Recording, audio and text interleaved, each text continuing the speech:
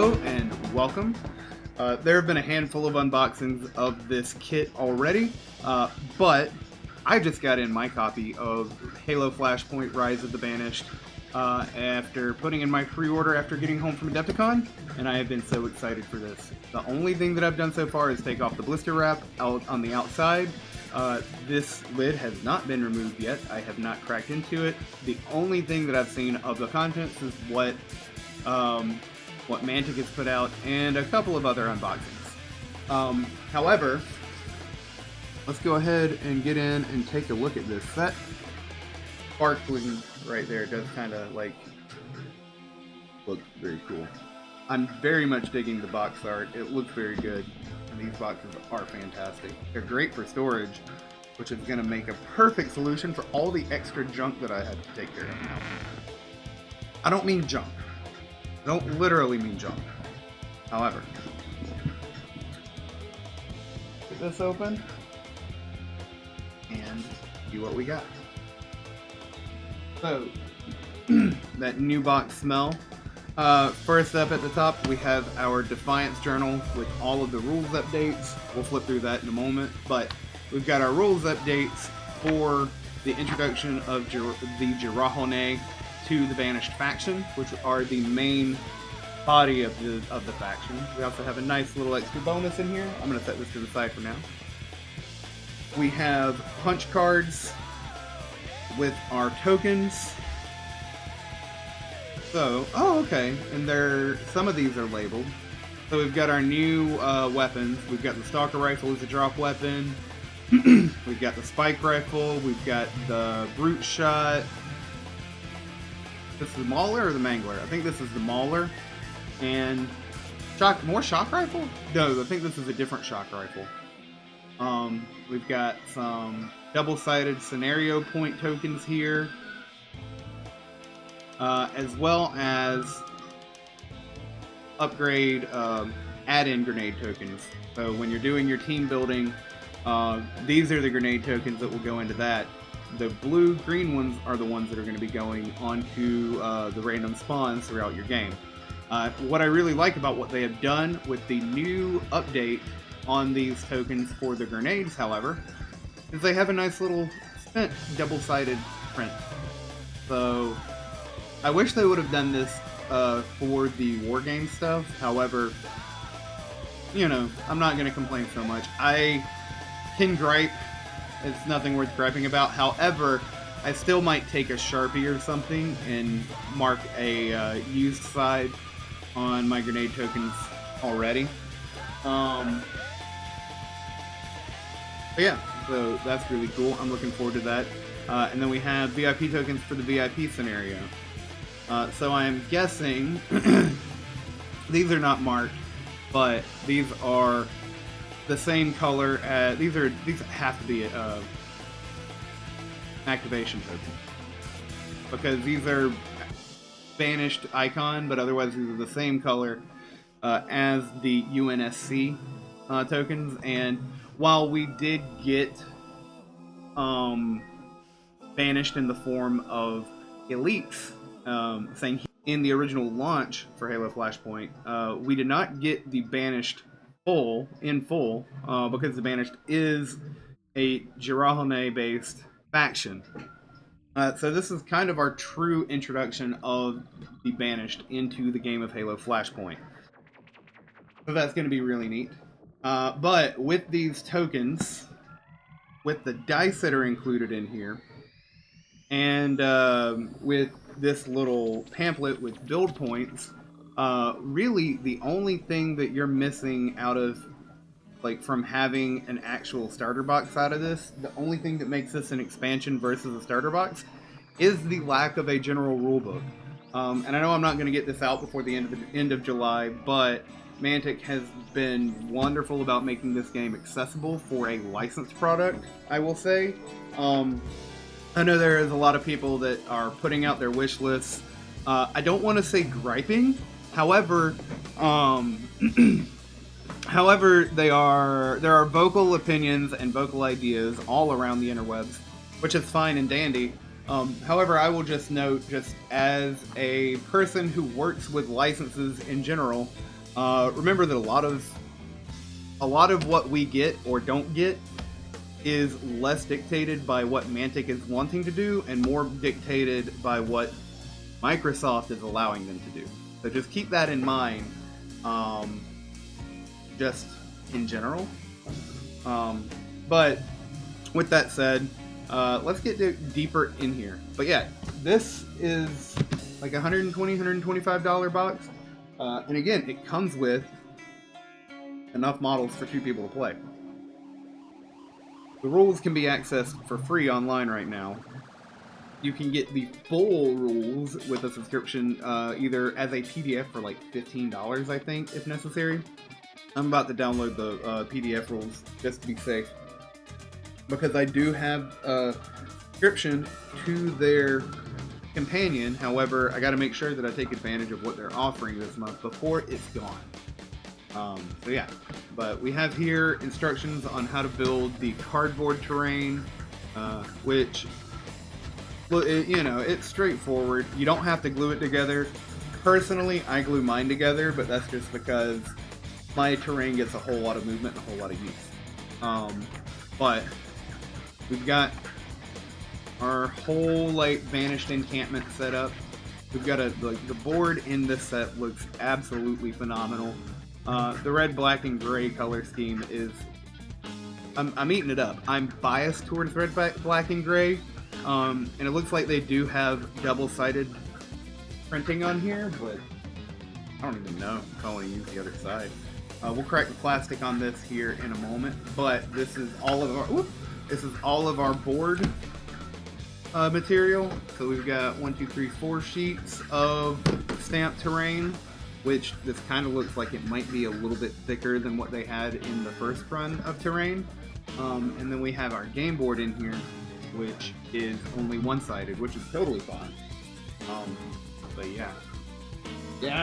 Can't wait to get this put together. I have to dig out my other terrain bin. Anyway. Once again, we have a nice storage insert. I will do a shameless plug just because these fantastic token caddies, admittedly, I have migrated away from, like, I love this. I do UNSC, Covenant, or sorry, not Covenant, but UNSC, Legendary, and now Banned version. So if you want some kind of faction logo on there, I got those options available. However, this fits perfectly into this slot of the Spartan Edition set. It does not fit perfectly into the spot here. So that is interesting to note. However, we do have our nice little accessories tray. So this is going to be handy, handy because when I was getting ready for this to be delivered, I was kind of, I wasn't having a panic attack, but I was mildly panicking about how I was going to store everything, and it looks like this is going to take care of a lot of that solution for me. So we've got our general storage here, and the real meat and potatoes. We're just going to go ahead and pull this out and get the box off the desk here. Got our silica gel. These are some chunky boys. But we have in here all of the Banished that are currently available and in Halo Flashpoint. So let's get this glare piece off and let's check out the goods. So we have our weapon cards, which I will get over to these in a moment. Actually, no, let's go ahead and crack into them because I'm very excited to see how they turned out. Get some more sleeves for these, which is just freaking great. Alright, anyway. So we have our stack of team building equipment and our random spawn equipment. Red accent is your load-in stuff. Green accent is your board accessible stuff. One thing that I'm really excited about with the Banished, the weapons that are in this box, I should say, is the fact that a lot of these banished weapons have a ranged stat bar and a melee stat bar. So we can actually look at both of these together. At range shot, the brute shot at range, the brute shot has a range of 5, which is this actually is, I'm really liking this though. It's got blast, ESD, frag 4, so it's a 4 dice attack if it gets into the cube, and grenade, which means you don't have to have line of sight to the cube. You just have to have a range and a clear path to the cube. And then for melee, we've got lethal, AP1, and smash 1, which is just brutal.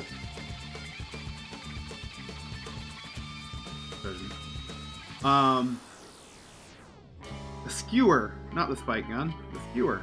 This is not one with the melee platform, but it should. But that's okay. AP3, range of 5, long, and optics with lethal. So, and knockback. That is nasty. Don't know if I will find that getting used. The Stalker Rifle, with it's the same as on the Deadeye. We just now have a dropped Stalker Rifle on the board. I think we might have already had a dropped Stalker Rifle on the board. I don't know. The Mangler. Oh man. The Mangler is just a shotgun pistol. AP1, ESD1, lethal, and knockback. Ooh, man. And then the close combat just has AP1, but still. If you're in close combat, you don't realize how much you miss that AP until you don't run with knives at all. And then we got a couple more shock rifles. Oh! I think this is an update on the shock rifle. Let me look real quick. Let me look real quick. The app. Ooh. Not have the stat card on. That's not where it was. Organized play. That's it. Let's check real quick. Not gonna be updated. I mean, it's gonna be updated. ESD2. Blast, ESD2, Sniper.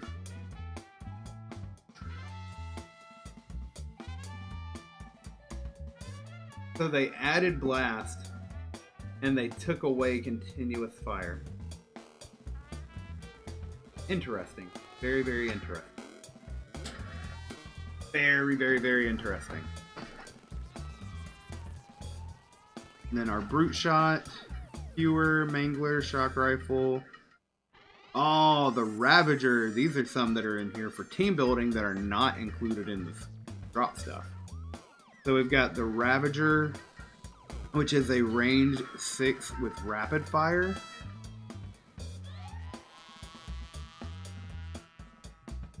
Range side 1. Oh man, it's got 2 ranged settings. So at range 6 it has rapid fire. At range 5 it has blast, ESD, grenade, implosion, and long. So it's going to be a long shot. And then for melee, so it's gonna, if you add the Ravager to somebody, you got to get both of these cards in there. Wow, I did not realize this guy was gonna have 2 firing modes. I like what you're doing with the design space, man. Not that anybody at Mantic I expect to be looking at this. I don't know. Rick, if you end up watching, hey, thank you, bud. I need to pick that up in a minute. But the Sentinel Beam. With continuous fire, lethal 1, and AP. Disruptor pistol with ESD1 and rapid fire, which I think I'm about to get some use out of this baby. Oh, they have stat cards for the grenades. I love that. We've got the Dynamo Grenade, EMP, which is an EMP grenade with implosion, so it does not have any displacement. The Spike Grenade, which is frag 4. 1 use and a sticky. I do love that.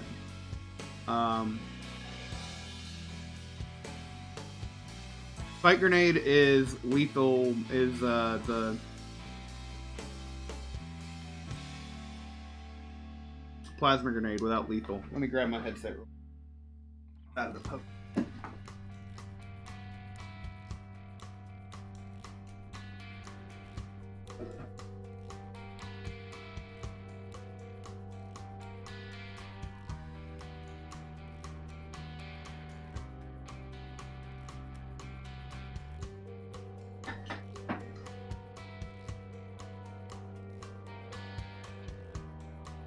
All right.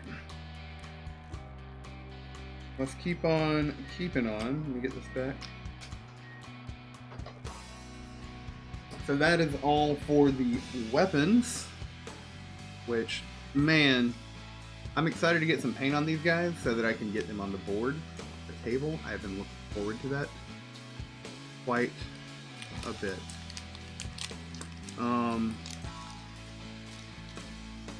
And so this is interesting. This is a little interesting. I kind of expected them to throw Atriox in as a plus model, but it looks like Atriox here has... Yeah, Atriox has just got himself a sculpted place in here. So I'm not sure if he's going to be in this box if you buy this at retail, but he might be. He's allegedly limited edition. However, if this is how they have the box made, he might be included. Got 1, 2, 3, 4, 5, 6, 7, 8. 13, 1, 2, 3, 4, 5, 6, 7, 8, 9, 10, 13. So yeah, we've got everybody there. A dozen. Oh, okay. The distribution is interesting. Alright. We've got some more dice, which, oh man, the silver on red is gorgeous.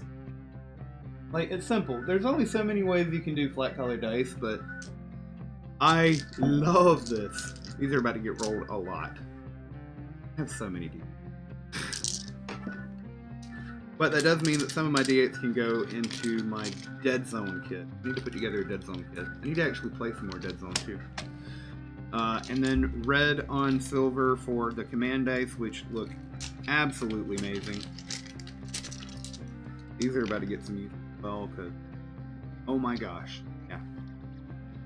Like, I feel like when I first saw these, I was nonplussed. I was not all that thrilled with the colorway, because admittedly, my first thought was accessibility, and I'm just gonna have to ask somebody tomorrow, if not tomorrow, but Wednesday. I have to ask somebody how they can see this. Also, I hate to admit, but I don't know if the 1 was in the other command dice. I don't think it is, but I like that addition of 1 to the command. It makes for demo and as a teaching, like as a facilitator of demos and somebody who teaches this game quite a bit, that is a welcome addition, a welcome modification to the dice. But let's get into the main event, shall we? The stuff you really want to see. These big brute boys. Oh my gosh. So, let's see who all we got, and we can match them up with their card. Because these guys, like, I'm excited to just build a brute list, a banished list, and have fun with it. So, we have, alright, Jiralhanae Captain. Like, these are immaculate. It looks like it is mostly one piece. The head looks like it is its own piece.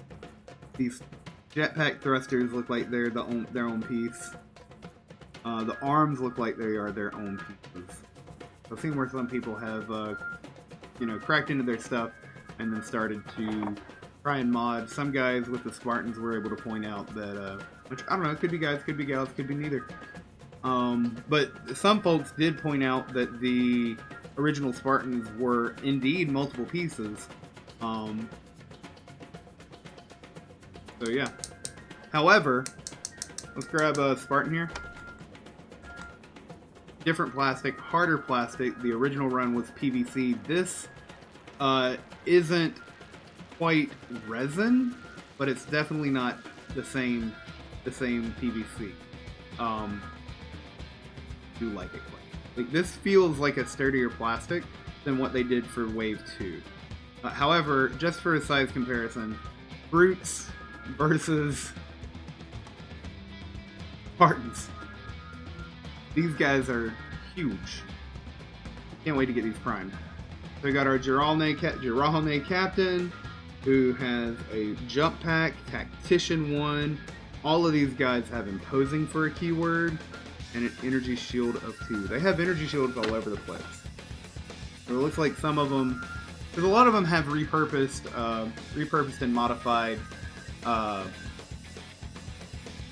Sangheili equipment from when the Sangheili left the Covenant.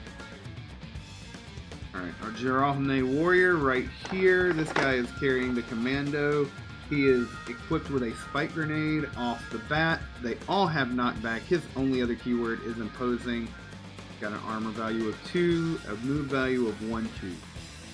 But having that optics and rapid fire, I like the commando. I've not been able to get the Vesda that is equipped with it basically off the bat. I haven't been able to get that to work for me. Alright, we've got... Oh wait, this is one of each. Okay. We've got a Jiralhanae Berserker. He's got an ESD of 1, a 1 and 3, but he only has a grenade. Only has his melee, which is wrist blades, which AP 1 and knockback with a smash value. Smash 1. I don't think Smash has been stackable before now, but if it is in Smash 1, then if there's a way to add, or to, like, it looks like they are beefing up Smash, that's what I'm saying. We got one of those. We've got the sniper, Jiralhanae sniper here, which again, just, I freaking love it.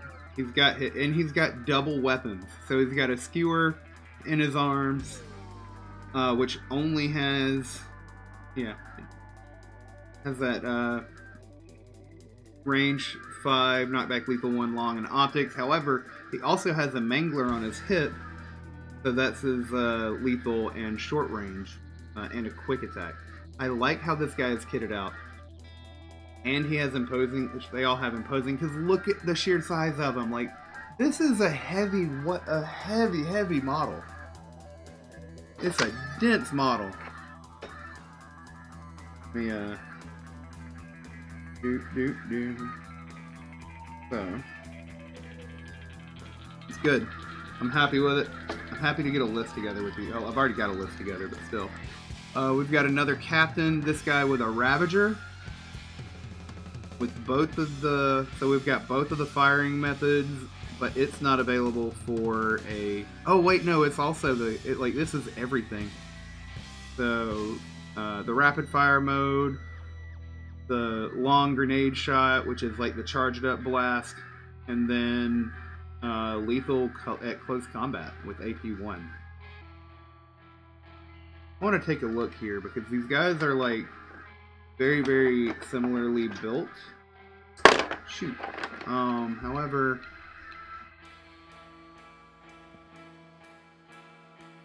interesting. So, like, the jetpack has a completely different sculpt on the back of the model itself.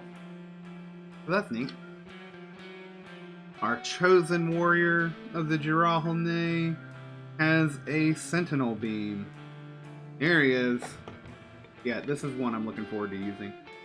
So he's got his fist for punchy punch, he's got a spike grenade, and he has his sentinel beam. He's got a shield value of 1, armor value of 1. But all these guys have an HP of 5 or more. This guy also sports Tactician and Guarded, which means you can't have ranged attacks crit against him. So, heck yeah. Joy. Like, I am excited to get these guys painted. I'm going to be putting off the priming for a while. A day or two.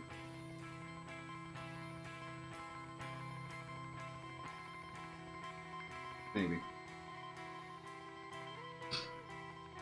Maybe. Alright, we've got the Berserker. Did I already do another Berserker? Is this the same? Yeah, this is... Oh, okay. So, it's the same model, Berserker. However, one has a shield, one does not.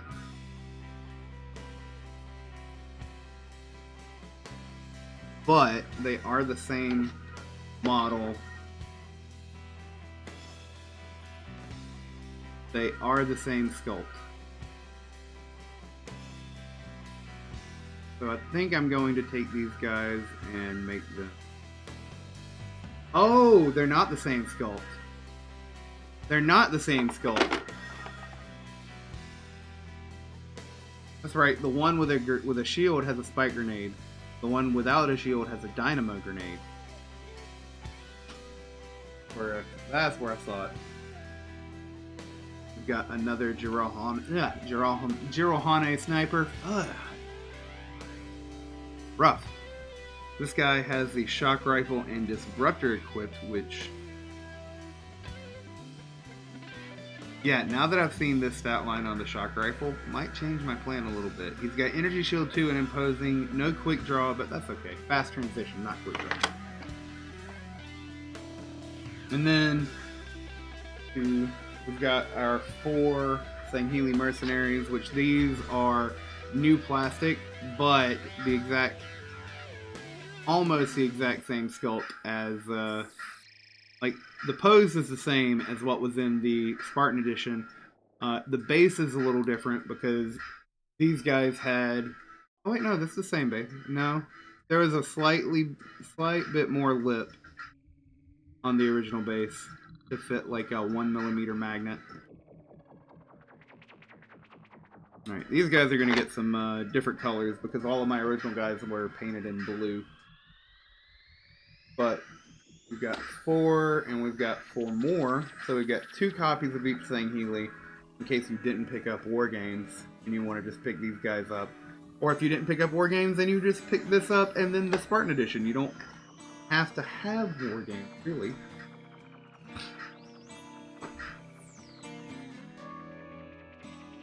And then, what everybody's looking for, the Banished Legend, Atriox, the War Master. This guy is on a bigger base, a 50mm base by my understanding, where everything else is a 40mm base in this box. He does have the Chainbreaker, which I cannot remember what the original sword was that the Covenant had, but it was the red-bladed energy sword that he won in combat and then ripped out the power core and converted it into his Warhammer, the Chainbreaker, which has a range 1 lunge with concussive. Man, this guy has imposing and smash, so he's adding 2 dice when he's punching you with this in melee. Tactician 2, unstoppable, fearless, and energy shield. Man, that guy is almost twice the size of a Spartan. Holy cow. Man. I'm excited to get these guys on the table. And then the other stuff that we have in here, which I know a lot of people have seen, we have our special orders. Atriox, a special order of Defiance. If a friendly model begins their activation pinned, you may spend a special order result on dice, perform a free stand-up action, then continue with the model's regular activation. So exchange a dice to stand up. Totally valid. And then again, if you're working without the War Games expansion, without doing team building by points, he, like Master Chief, will count in the place of 2 models of the 4 in your fire team. Otherwise, his points value is like 40 or 86, I think. So he's comparable to Master Chief on the points, but he's got similar enough keywords for him. Yeah, 86 points for Atriox. The Berserkers are 34 and 33 points. The shielded one has more, obviously. The captains are 60 and 58. The Hydra carrying captain is the more expensive. Your chosen warrior is a 43 point guy. The sniper with a shock rifle and disruptor at 35 points is probably my new build buddy. I started working on a banished list, but this is getting changed now. So yeah, and then we've got the commando warrior with 33 point build, which is not bad, especially considering that he comes with a grenade.